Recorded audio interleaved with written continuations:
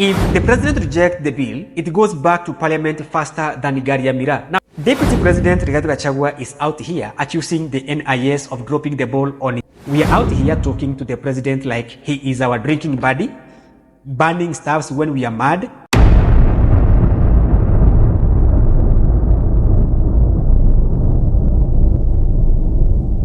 Let us kick things off with the hot mess, and that is the finance bill. Now, I know you might be thinking, why should I care about some boring bill, right?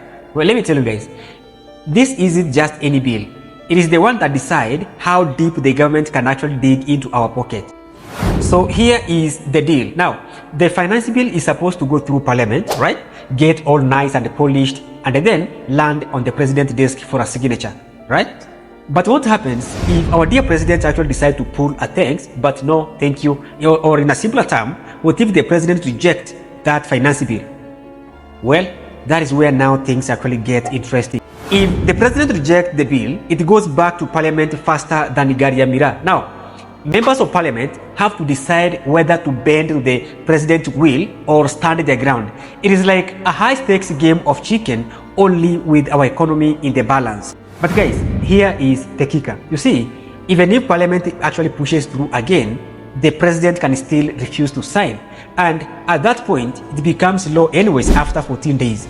It is like the finance bill is saying, I am moving in whether you like it or not. Now guys, again, the president actually does all this through a memorandum stating or explaining the reasons why he has rejected or refused to sign the bill.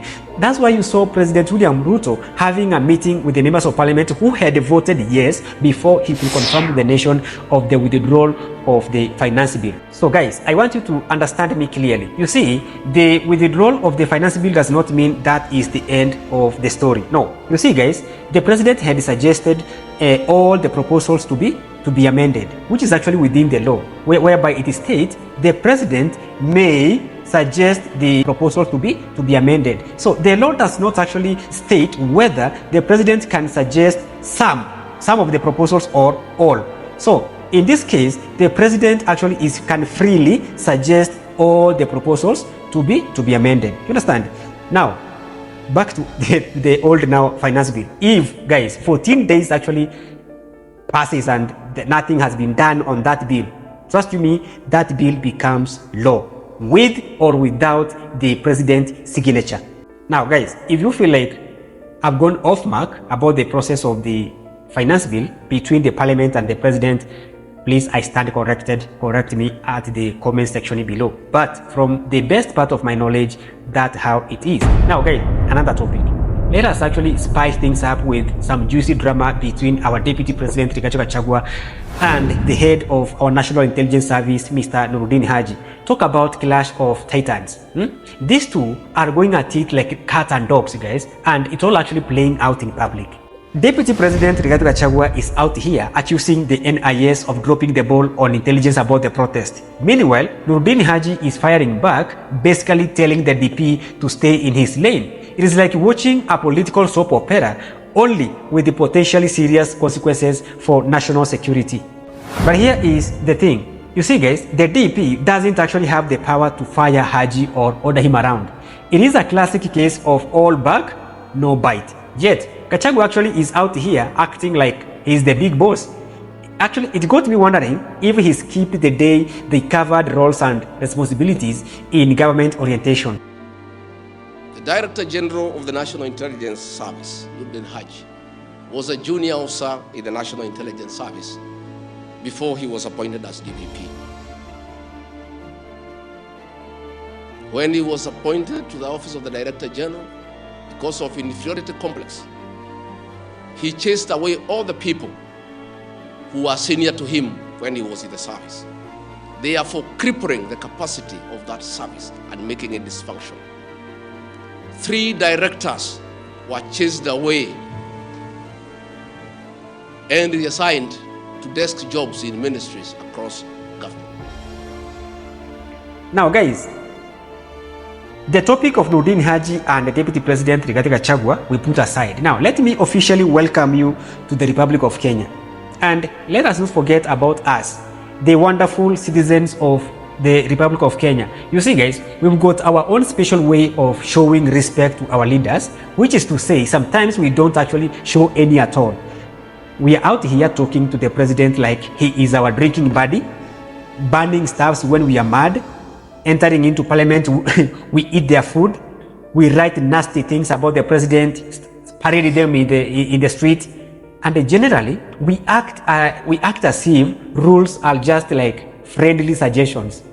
But we are not supposed to be blamed.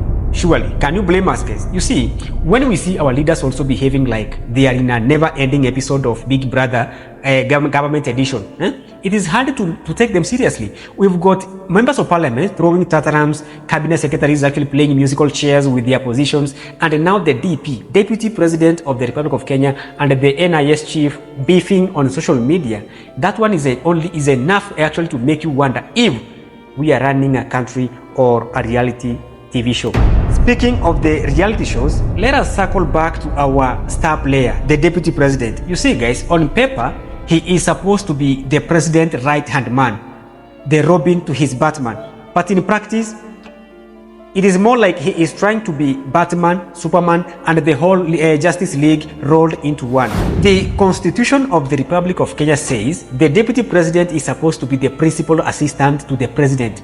But Gachagua is out here acting like he's got his own branch of government. You see, guys, he actually gave his statement, which is okay, from State House in Mombasa, which is okay. Maybe he had a burning issue.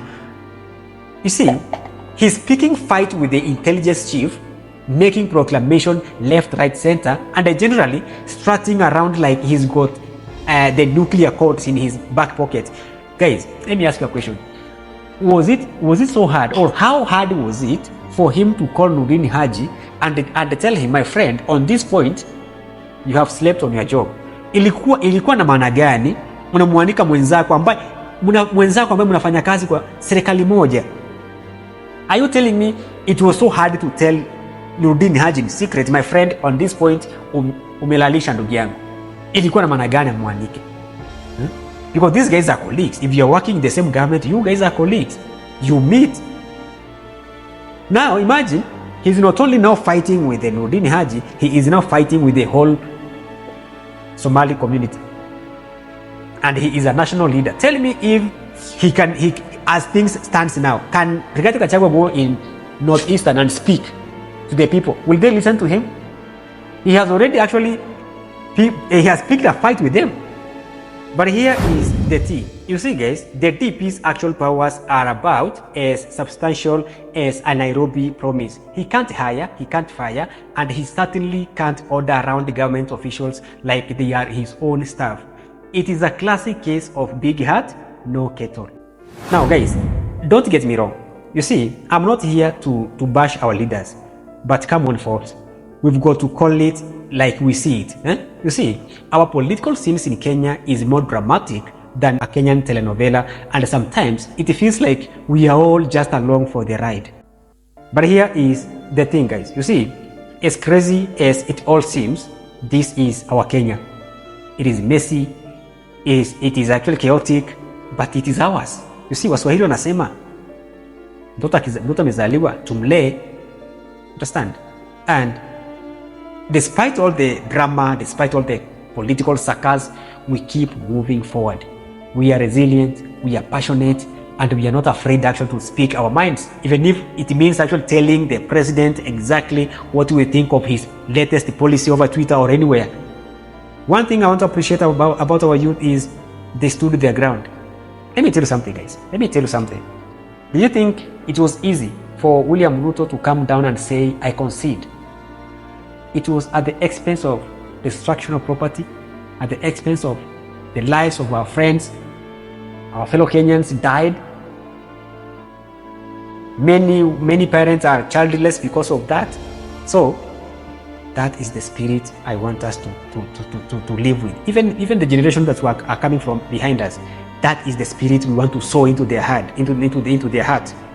Yeah, that is how they are going to live also, speaking their mind without any fear. So guys, as we watch this latest episode of Kenya's politics unleashed and unfold, let us remember to laugh a little, shake our heads a lot, and keep pushing for the Kenya we know we can be. Because at the end of the day, we are all in this beautiful, chaotic mess together. My name is Peter Tosh Williams. This is Lifelines TV, reminding you that in Kenya, the only thing that is more unpredictable than our weather is our politics. Stay tuned, stay informed, and for goodness sake, stay away from an angry crowd. Because guys, there are some people have hijacked this demonstration pretending to be Gen Z, but they are not. They are thieves, criminals. So stay away from those kind of people.